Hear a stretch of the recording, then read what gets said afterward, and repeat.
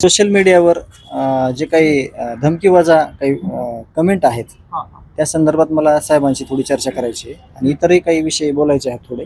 इतर विषय म्हणजे हेच तपासासंदर्भात वगैरे एवढंच माझं काम आहे. पण सोशल मीडियामध्ये म्हणजे नेमकं काय होतंय? एक धमकीवजा त्याच्यावर कमेंट येत आहेत आणि त्याच्यावर नाव येतंय हां. आमच्या कुटुंबियाचं. म्हणून मला आज तिथं त्यांची भेट घ्यायची आहे. तर थोडंसं डिटेल सांगाल का की ज्या सोशल मीडियावरती हे नाव येतं हे नेमकं कुठल्या याच्यावर तुम्हाला पाहायला मिळतं का वैयक्तिक? नाही वैयक्तिक नाही. जे काही जनरल ग्रुप असतात फेसबुकवरचे त्याच्या खाली जे कमेंट बॉक्स असते त्याच्यामध्ये असं आलेलं आहे की संतोषला विचारा कसं मारतात ते असं. हं. म्हणून मला खास करून आपण ज्या ते त्यावेळेस लगेच्या लगे ॲक्शन घेतली की पुढील काही कारवाई होत नाही.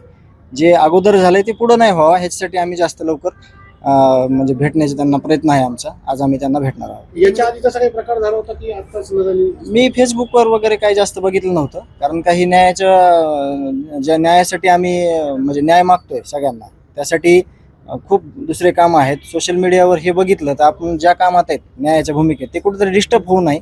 पण आज मला दाखवलेला जो स्क्रीनशॉट आहे किंवा मी बघितलेला तो मीच बघितलेला आहे आणि त्या संदर्भात मी त्यांच्यासोबत चर्चा करेन. आतापर्यंत अशा किती कमेंट्स आल्यात आणि त्या संदर्भात आता तुम्ही सगळी एकत्रित तक्रार देताय, नावानिशी तक्रार देताय काय? 100च्या वर त्याच्यात कमेंट आहेत आणि स्क्रीनशॉट सगळे आम्ही जोडून साहेबांना आम्ही देत आहोत. काय मागणी करणार तुम्ही? की याच्यावर कारवाई करा जेणेकरून काही वेगळा प्रकार घडू नये किंवा आमची जिम्मेदारी घ्या सगळी. जर अशा धमक्या येऊ लागल्या तर आपण त्यांना जिम्मेदारीची भाषा करणं आपलं काम आहे. इतर जो तपास चाललेला आहे मागच्या 52-53 दिवसापासून त्या तपासासंदर्भात काही माहिती परत पोलिसांना दिली? नाही त्यांच्याकडूनच आम्ही जाणून घेणार आहोत की कुठं काही अजून माहिती आमच्याकडून पाहिजे का किंवा काही अडचणी असतील तर आम्हाला काही देता येईल त्यांना त्या संदर्भात पण आमची चर्चा होईल.